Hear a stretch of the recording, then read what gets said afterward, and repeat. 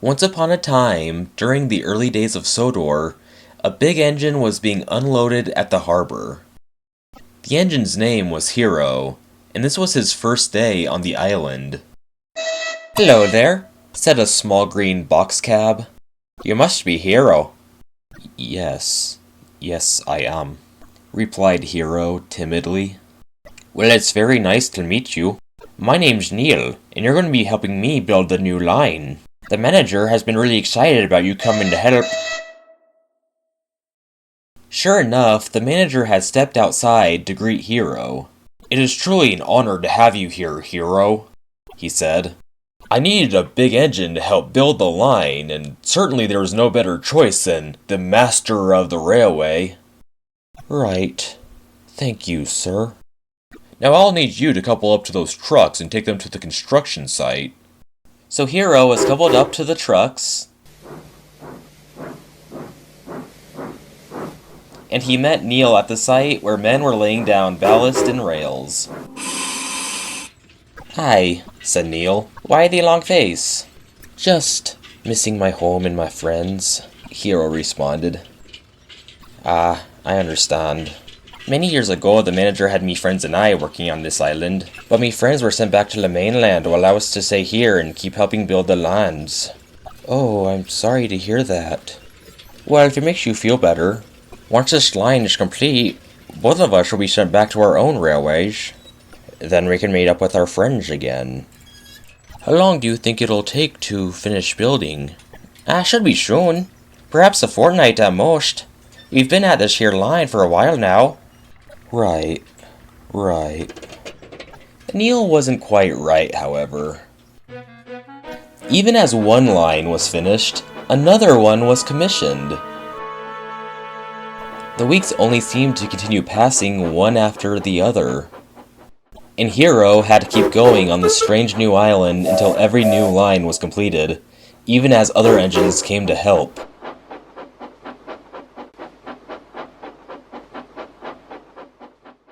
Unfortunately for the manager, Hiro occasionally needed repairs. Getting the parts for him was rather difficult as they had to ship from Japan to Sodor. He was especially having issues with his brakes. But until the parts arrived, Hiro and his crew didn't have much of a choice but to work with what they had. Things all came to a tipping point after a few months had passed. It was a rainy day, and Hiro was once again tasked to bring trucks of supplies to a construction site. He was coupled up to the train, and off he went.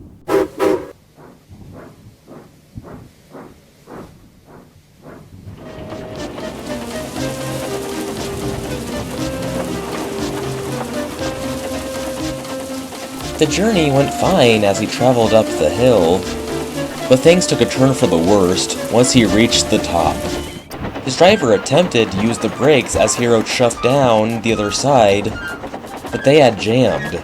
Hiro had now found himself going faster and faster. Oh no.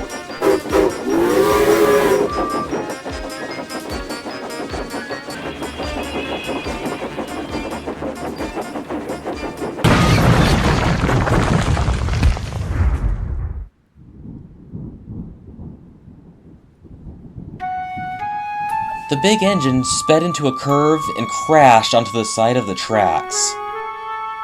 His boiler was damaged, his lamp had cracked, and one of his smoke deflectors had bent. Neil came with the breakdown train. "Oh dear, are ye alright?" Hiro sighed. "Not really."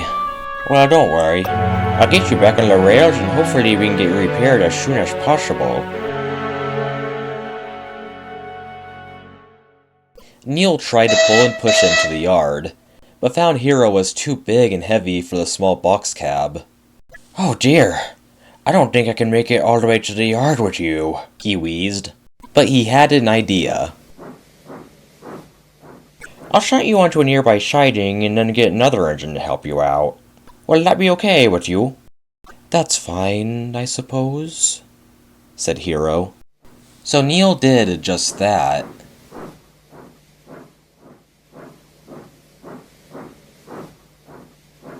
He shunted Hiro onto a siding out of the way, and whistled him goodbye as he returned to see the manager.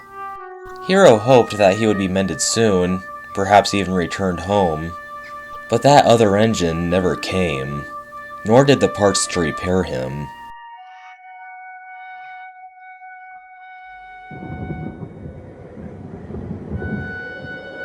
Days passed, which turned to weeks, which turned to months, and eventually to years.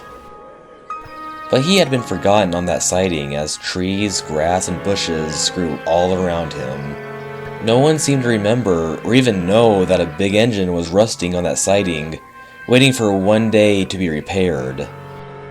As more time passed, Hiro had simply lost hope in being found.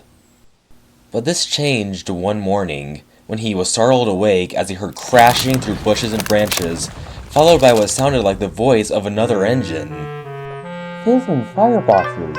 That was scary!"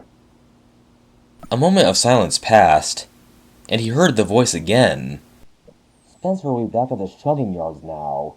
He'll be puffing with pride now that he won the contest. And my best friend Percy will be wondering where I am." Hiro figured there was an engine just behind the bushes in front of him. So as another moment of silence went by, he decided to take his chances and speak out. "Hello?" Another moment passed, and he spoke out again. "Hello?" He heard whispering, followed by chuffing, and out from behind the bushes, a blue tank engine appeared, with its eyes opening wide with wonder.